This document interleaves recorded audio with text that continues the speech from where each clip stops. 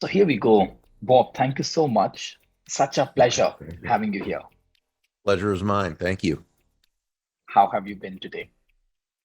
Doing great. It is just such an honor and a pleasure to be with you, and I've been so looking forward to this. Yeah. Bob, I personally feel the book that you have written, The Go Giver, it's a gift to humanity. Let me just share with you my first interaction, my first encounter with the book Go Giver. This was in the year 2009. I was working with an organization and I was into business development and sale. The head of that department, Krishnan, he handed over this book to me. He said, Gaurav, you should read this book. And I said, why do you say so?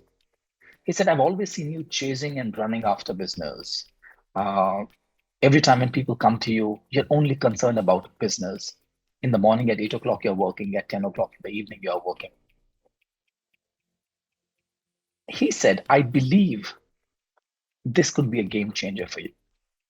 I picked up this book. It's like The Go Giver, a little story about a powerful business idea. A little story about a powerful business idea did make sense. But Go Giver, I'm not here to give. I'm here only to get business. I picked up this book, kept it in my library years after I read it for the first time in the year 2014. That was the time when I started experiencing something in my life. Came across some really amazing people. I was talking to you about Zain Jivanji. Picked up this book again last year. I think if there's one book when people ask me about this, there's one book that they should pick up and read. Without a doubt, I tell them, pick up this book called The Go Giver. Wow. Why am I sharing this with you, Bob? Because I would like to understand from the horse's mouth. In the world where we live in, where people talk about capitalism, where people talk about go get it, people talk about hustling, in the startup ecosystem, where everyone is hustling, everyone is talking about funding, everyone is talking about scaling up.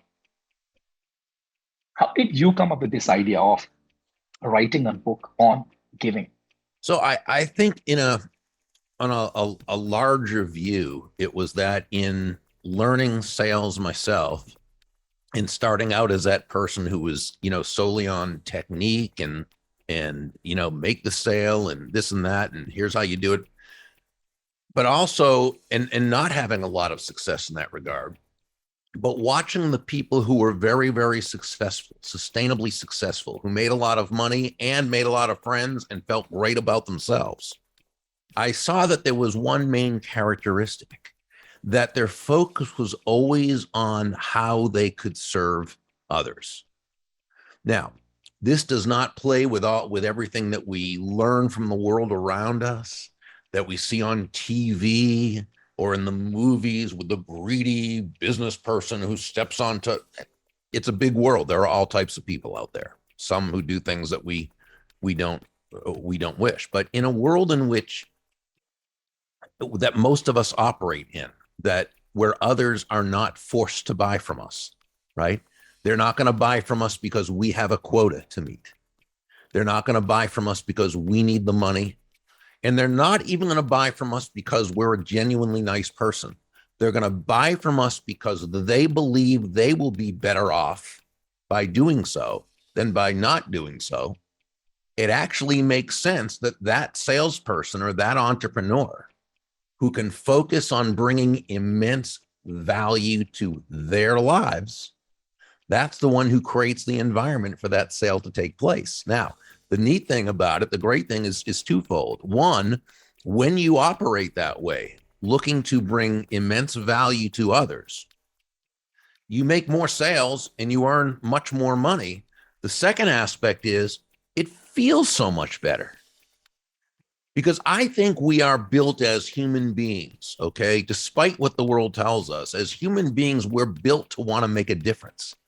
We're built to want to feel that we're adding value to people's lives. Yes, our families' lives and our friends' lives and our social circles' lives, but to everybody's life. And as entrepreneurs and salespeople, we do that mainly through our product or service. So it's congruent with our values, it's congruent with human nature to feel good about helping others and earning a very, very healthy income. There's no dichotomy between the two. Yeah, yeah. Bob, it's so interesting because every time when I read about the concept of giving, it could be your book, or there are people talking about conscious capitalism. There are people talking about compassionate capitalism. Every time when I read that concept, it makes so much sense to me. As if it's a moment where I would like to experience pause, where I would want time to just stop and let me just be in that moment.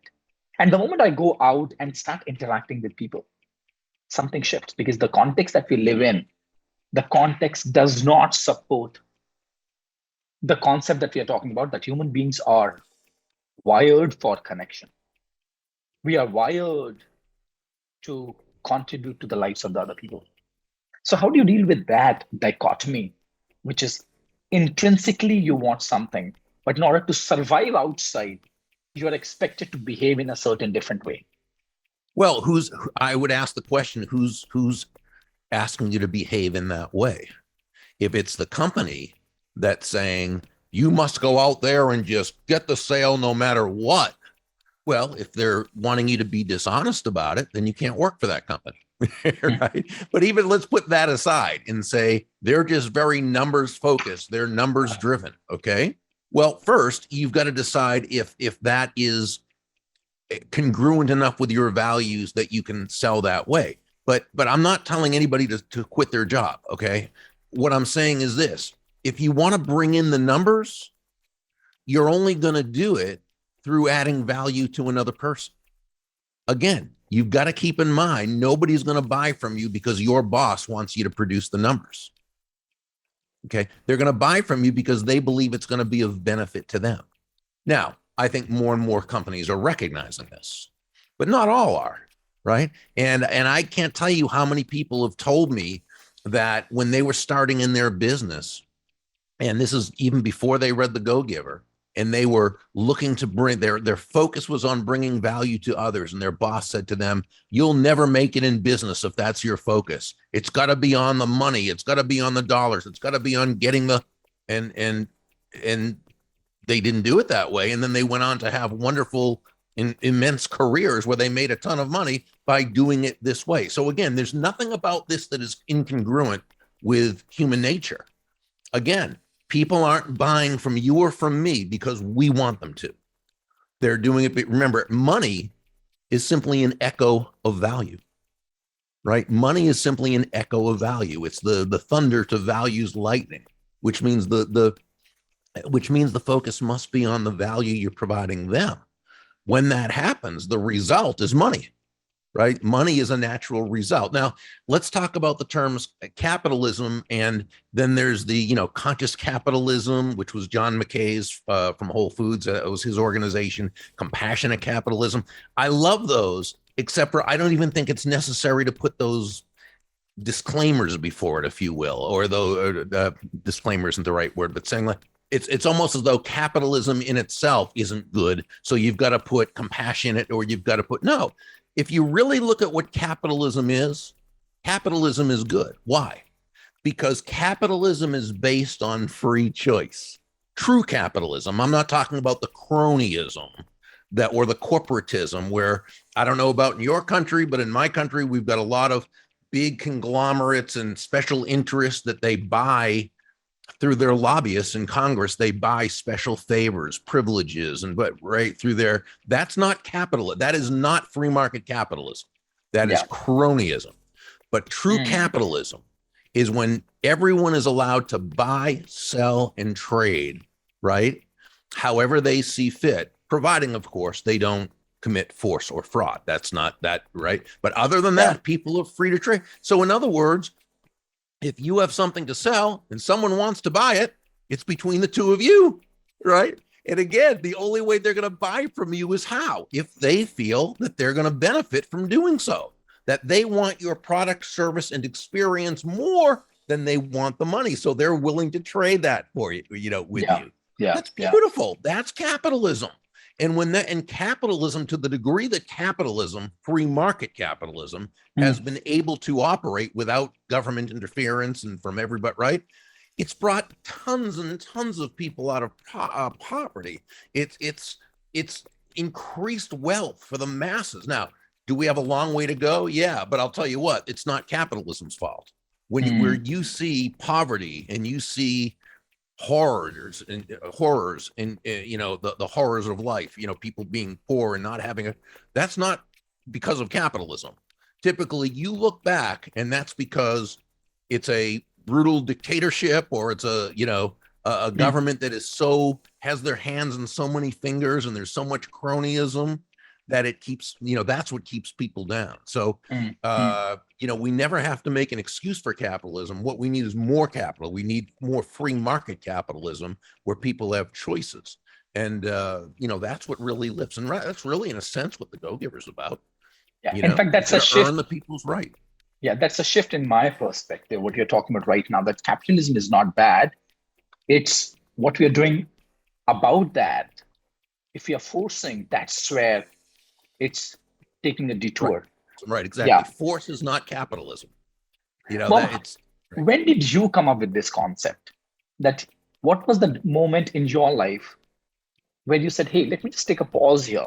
Let me just say, where is the breakdown in our community, in our society that gave birth to this breakthrough for you? So I had been in sales for a couple of years, and I'd actually been fairly successful after first, not really doing well. I then kind of learned about sales and began to do well for a couple of years. And then I went to another company and I was in a sales slump. I was not selling well at all. And I kind of reverted back to my old ways of just trying to make the sale as opposed to taking care of the customer, right? And again, this is about 40 years ago or so. So, I was a young kid and made some mistakes but fortunately, there was a gentleman at this new company where I worked. He was not in the sales department. I think he was in the engineering department or something, but he was one of these wise older guys who just had a way of getting to the issue. And I think he saw me as someone with a lot of potential, but as someone like Joe in the story, in the Go-Giver, who was young, ambitious, aggressive, up and coming, but very frustrated because their focus was not in the right place, right? He knew my focus was on myself, not on my customers, where it should be. And he said, Burg, he was a last name kind of guy. He said, Burg, can I give you some advice?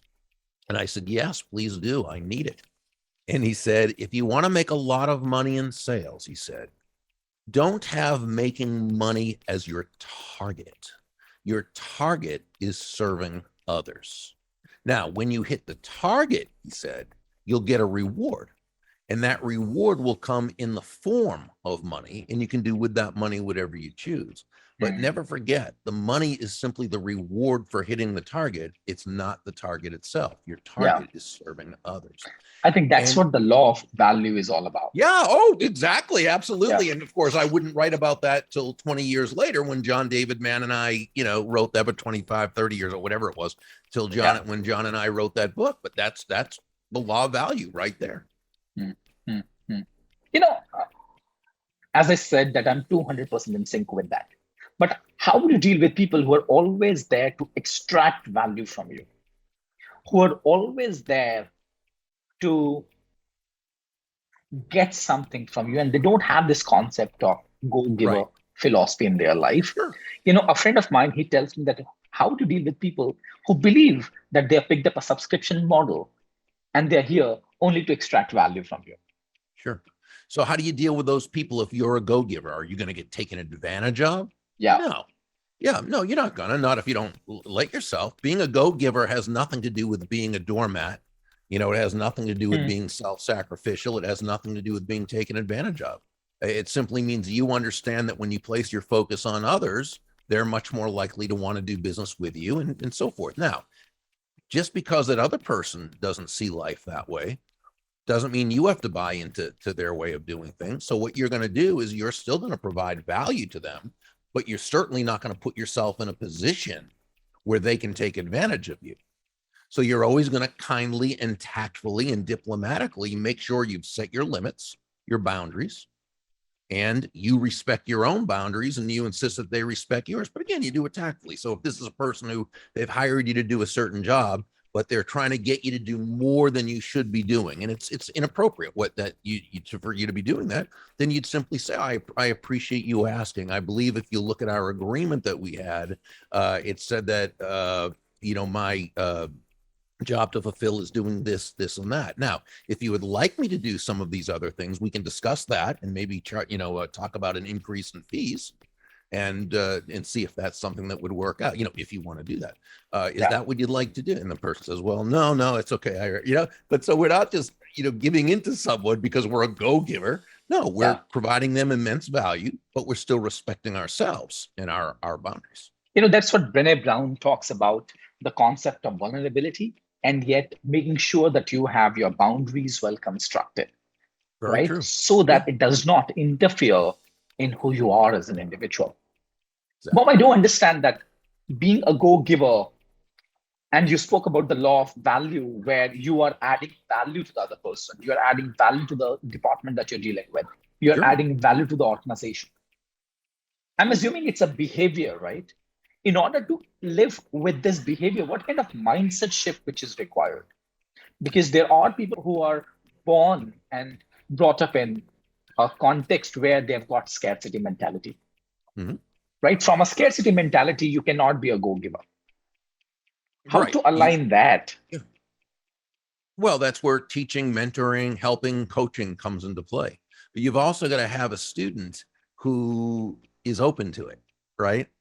Because remember, we all grow up with our own belief systems. Precisely. Again, beginning from upbringing, environment, schooling, news media, television, movies, social media. We all get these. But by the time we're little more than toddlers, our basic set of beliefs, what I call our unconscious operating system, is already pretty much intact. So most people grow up and live an entire life operating from this unconscious set of beliefs, not even realizing that's what they're doing. Okay. Absolutely. And so the first thing is, and this is where the relationship really comes into play. Once someone knows, likes, and trusts you, they're much more open to your ideas. And when you can help them see that, yes, maybe they've attained some real good success in their life, but not like it could be. When you help them to kind of see that there's something maybe a little bit missing that they're not yet doing that they could. And when they're open to that idea, now you're in a position to help them see that really the best thing they could do for themselves in their own interest is to actually place the other person's interest first. Again, it all goes back to that premise. People are going to do business with you because they believe they'll be better off by doing so. So if somebody really wants to have a focus on themselves, well, the best thing they can do is focus on that other person. Now, here's the good news about this. Once they begin doing this and focusing on that other person, actually placing that other person's interest ahead of their own, right? Not only are they going to create more business and have more money, but they're going to feel great about it. Yeah. And so that's, goes back to what we were talking about before. It ends up being congruent with their true authentic values. Maybe not the ones they were brought up with because they were taught by people who maybe didn't know better themselves, when you spoke about the internal operating system, and now I can relate with that. In the book, you have mentioned you don't get what you want, you get what you expect. Yeah. And unless I work on my inner operating system, I will continue to focus on what I want without focusing on what I'm expecting. So here's the undercurrent of expectation. But then I said I would want so and so. And the moment there's misalignment, I would not be getting what I'm expecting. Yeah, that's a great point. I like to think of it as using the word. So you've got, what you would like to happen, what you expect to happen, but then what you're attached to happening. So when we can expect good things, but not be emotionally attached to the outcome, that's when we actually place ourselves in a position that's so very positive, because it means we do the work we need to do. We take all the action that's within our control, because some things are within our control and other things aren't. So we take the action that's within our control. We expect good things to happen. Why wouldn't we? Of course, but we're not attached to the outcome. We prefer it, but we're not attached. So our sense of happiness, joy, and peace of mind is not dependent upon this thing actually happening. And when that happens, now we change ourselves and we attract more of those people to us who we want to have in our lives. So you are giving not because the other person is in need, you are giving because that's your absolute nature. Yeah, it's who you are. And because It's it's who who you you are, are. it's what you do. Sure. Yeah. In our scriptural books, Bhagavad Gita, it says, karam kar, fal ki chinta mat kar. What it means is just do your deeds without expecting anything in return. Dr. Kavi talks about in his book called Seven Habits of Highly Effective People, where he talks about that your results are dependent on the principles. And here now I can connect why you say it's a law. It's a law of value. That's the reason you did not mention, according to my assumption, you did not mention these are the five traits. You said it's a law of value. Let's take one step forward, Bob. The second law that you talk about is the law of compensation. Tell me more about that and how can I actually apply that in the world where I'm living in? That's one question. The second question is, does the law of value applicable as much as when you wrote that book, is it applicable in the today's world as well, where we are moving towards metaverse? We are moving to the digital platforms where we are connecting with each other on screens. Yeah, all the principles are universal in nature, which is why they're principles and not just strategies or techniques. Strategies and techniques change, of course, but principles are principles. And I often say in the underlying premise of all my work for over 30 years has been that all things being equal, people will do business with and refer business to those people they know, like, and trust. Not to those computers they know, like, and trust, but to those people. Because remember, it's the people at the computer. It's the people in the metaverse, right? Even the control, who are ultimately people are doing business with, referring to, following, leading, being in relationship with other human beings, with people. So the law of compensation says that your income is determined by how many people you serve and how well you serve them. So where the law of value is about the immense experience you provide a person through your product, through your service, and everything else you do. Your excellence, consistency, attention, empathy, and appreciation, all those things go into that value-based experience.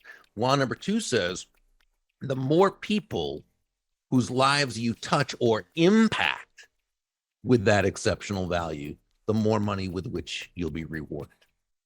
So the first one is the law of value is all about adding value to the person that you're dealing with. Compensation is where we are further scaling it up. Yeah, exactly. And now I can say why you say it's a little storybook about powerful business idea, because I think that's what most of the companies are doing. Most of the successful companies are doing. They're seeing that how best they can add value to the customer for the investment that they are making. And then the second is how can we have more than one individual that we can serve? Exactly. The third one is influence. Tell me more about this, because one of my friends talks about that influence is all about making things happen.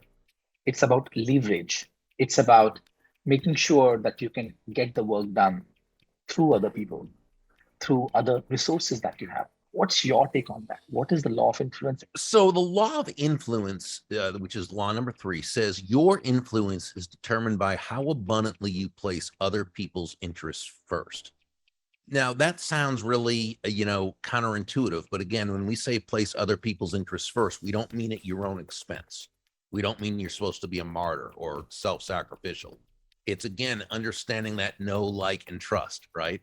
And understanding that the fastest, the strongest, the most powerful way to have people feel good about you, to want to be in relationship with you, to know you, like you, and trust you, right, is by, as Sam, one of the mentors, told Joe in the story, making your win all about the other person's win. Okay, let's look at influence a little deeper. On a very basic level, we can define influence as the ability to move a person or persons to a desired action, usually within the context of a specific goal. That's by definition, that's influence. Now, that's its definition, but it's not necessarily its essence. The essence of influence is pull, pull as opposed to push, as in the saying, how far can you push a rope? Well, not very, not at least not very fast or very effectively, which is why great influencers don't push people. They don't push their will on others. They don't push their ideas on others. They don't push themselves. They're not pushy. We never hear someone say, wow, that David or that Susan, she is so influential. She has a lot of push with people. No, she's influential. She has a lot of pull with people, right? Mm. Now, what is this pull made of? What's the substance of pull?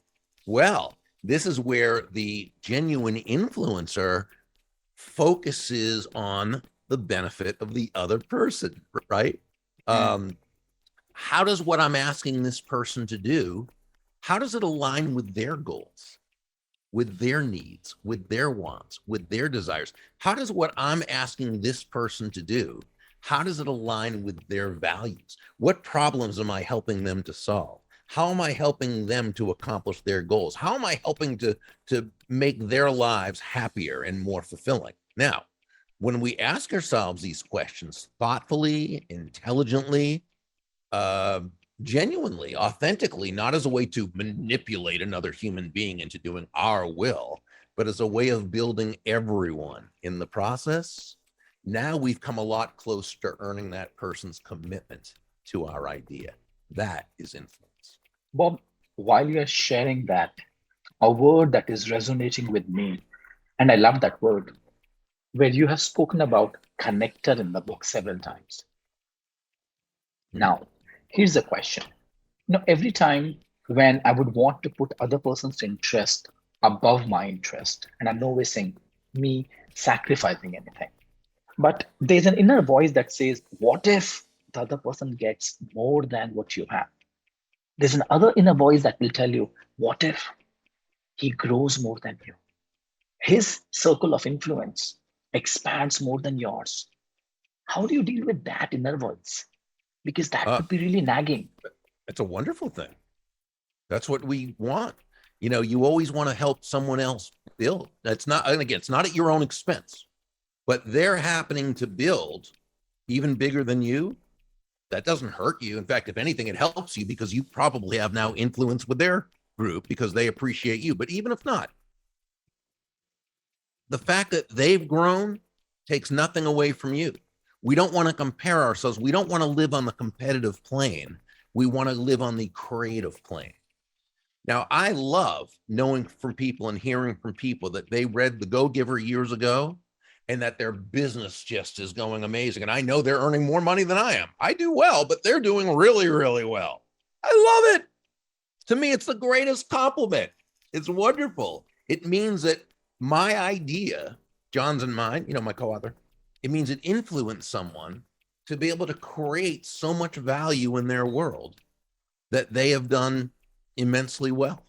What happens to that competitive voice which is nagging you? How would you Well, deal with that? you don't have to lose your competitive spirit.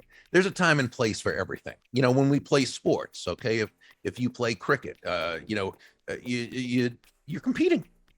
I mean, of course you are. If you play football, we call it soccer in the United States, but for everybody else in the world, football. Play football, you're competing. Nothing wrong with that. There's a time and place for everything.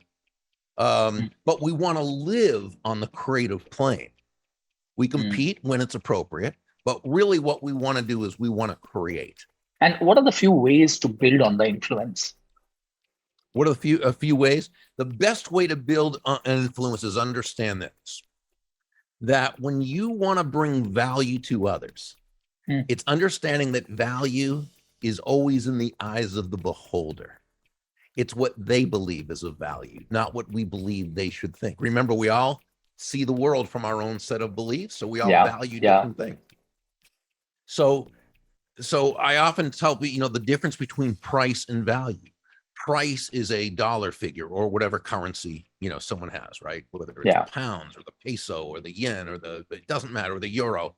Price is the money itself. Value is the relative worth or desirability of a thing, of Mm, something, to the end user or beholder. What is it about this thing, this product, service, concept, idea, what have you, that brings so much worth or value to another human being that they will mm, willingly exchange their money, their time, their energy, what have you, for this? And mm, value is always in the eyes of the beholder. So when we're looking to influence another, we must first know what they value. mm. What a beautiful explanation. Thank you. To understand what the other person values. Several years back, John Gray wrote a book on different love languages. He wrote something similar to what you're talking about. You might want to express your love through a hug, but what if the other person The would other want person, to listen to that? right, or say Mm, quality time, or have mm, gifts, or have words of affirmation. And in Dr. Chapman's book, I think he really explained in a sense what it was that the whole value thing is about. Because if you're, just as you said, if you're expressing your love in a way that is your love language, but it's not the other person's love language, not only are they not going to find it to be of value to them, but you're going to be totally hurt that they didn't find it, and you're not going to understand why they didn't find it yeah. to be of And value. that's what Right? happens, right? Right. Hey, that's That's what exactly happens. it. That's what happens in personal relationships. That's what happens in professional relationship. That's what happens in Absolutely. businesses. Mm-hmm. Mm-hmm. Hmm. So is it okay to ask the other person, hey, how can I add value to you? Or Yeah. what would It's you so consider as valuable? that's a wonderful question, and it all depends on where you are in the relationship.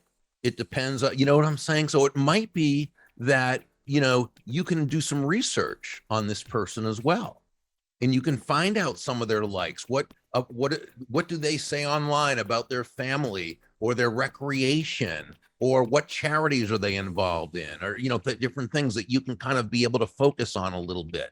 um how do they like to be connected with each other? Sometimes we want to connect to people who we think would be really great, connectings for each other. But while one person just loves those blind two-way connections, other people don't like it at all. Yeah, To yeah. add value to them, you first got to reach out to them and say, hey, there's someone I'd like to connect you with. It's so and so. So would you like to meet that person? May I make an introduction? And to them, that's value. But if you just send them hey, the two of you are great people, you probably have synergy, go ahead and I'm like, oh no, you know what I'm saying? And they're more angry than they are, Yeah. so it's always determined. But yes, sometimes absolutely, you can, depending upon, again, where you are in the relationship, you can say, how can I best add value to you? How can I always like to ask the question, how can I know if somebody I'm speaking with would be a good prospective customer for you? Mm, mm. Now, not only are you in a position to be able to hopefully find somebody like that, because now so you can keep it in mind, but they know you have Yeah, their best interest at heart. yeah, yeah. Now I know why Zane talks so much about you. Oh, I love Zane. He's such You a know, mentor to so many of us. in every conversation, and I often speak to him very at least once in 15 days' time for something or the other. Mm-hmm. Not even a single conversation that has gone without your mention. Oh, thank you. That's nice to know. Yeah, He's such a yeah, great man. he is. So, Bob, let's take one step ahead where you have spoken about the law of authenticity. It's a very tricky, very fragile kind of mind to step onto. How would you define authenticity? And, you know, very often I've come across people are saying, you know what, he's not very authentic. She's not very authentic. But when you speak to that person, he's the most authentic person ever stepped on earth. How come there are two different perspectives to the same person, one from himself or herself, one from the eyes of the other person?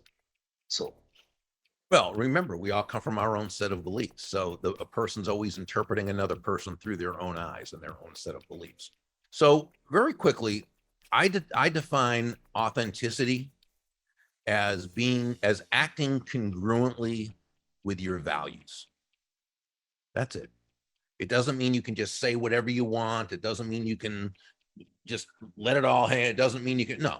And some people, I think, confuse authenticity with that. No, Mm. authenticity means you act congruently with your values. That's it. Now, hand on heart, Bob, of the five laws that you've spoken about in the book, law of value, compensation, influence, authenticity, and the last one is receptivity. Mhm. Where have you struggled the most and where you had to consciously push yourself to live that on day-to-day basis? Yeah, I mean, I think it was something I had to get over, and I do well with it now. But I think it's something I struggled with, and we find that most people do, and that is the fifth one, the law of receptivity. It's sometimes a lot easier to give value than it is to receive it from others, and that's because of the like we were talking about earlier, the message that the world around us gives us about prosperity. Uh, I think there are so many anti-prosperity messages out there about money, about wealth, about business, that it can really get into a person's unconscious mind, right?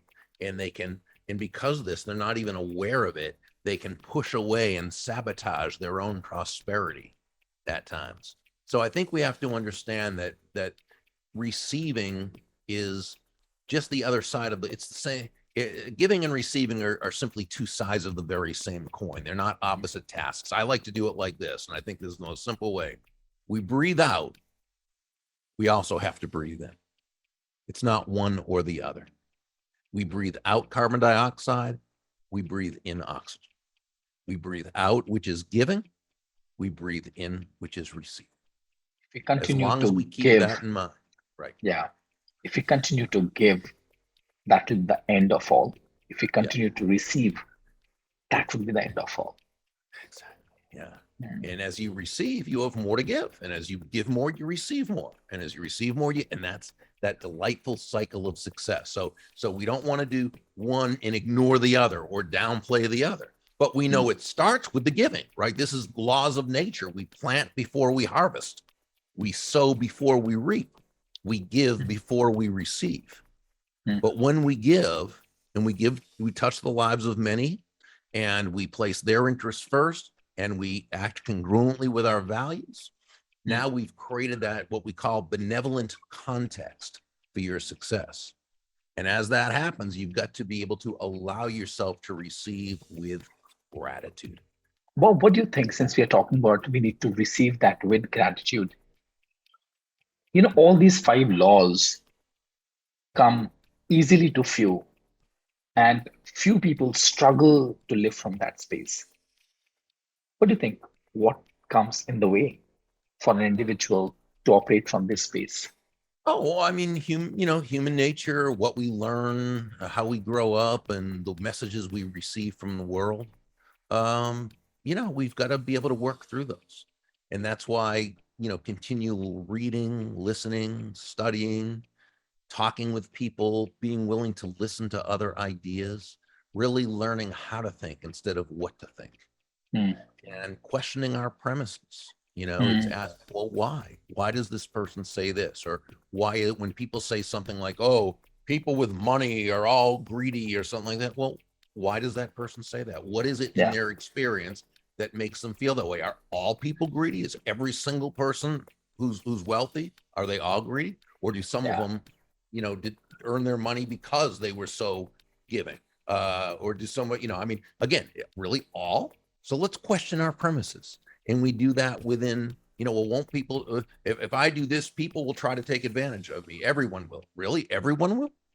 Or Mm. maybe just some people, because that's how some people are. Yeah. And if they Yeah. are, how can we protect ourselves while still making sure that we, again, it's asking the questions, it's checking Mm. the premises and Mm. really thinking through. Just Mm. like Mm. Pindar wanted Joe to share the message, right? Yeah. Yeah. Share the Yeah. message because we want the more we can help this world, all of not me, but all of us help this world to Mm. have an abundance mindset, Yeah. to know Yeah. that the more value you focus on bringing others, the more is going to come back to you. Yeah. That's what we want to do. So, Bob, let's say if you were to make some revision to this book today, what revisions would you bring in today where you are in your life? And I'll tell you where am I coming from. I told you, right? The first time I came across this book was quite early in my career. A couple of months back, I revisited this book. And I met this book where I was. And for me, that's what a good book does to you. So if you were to revise this book, what revision would you bring in? I don't know that there's much that we would revise. I mean, I think the principles are fairly intact. I think there's a couple things we would have explained differently. We would have made the point, I think, that when Gus said to Joe, you know, you're a real go-getter, and Joe said thank you, and Gus said, don't thank me yet.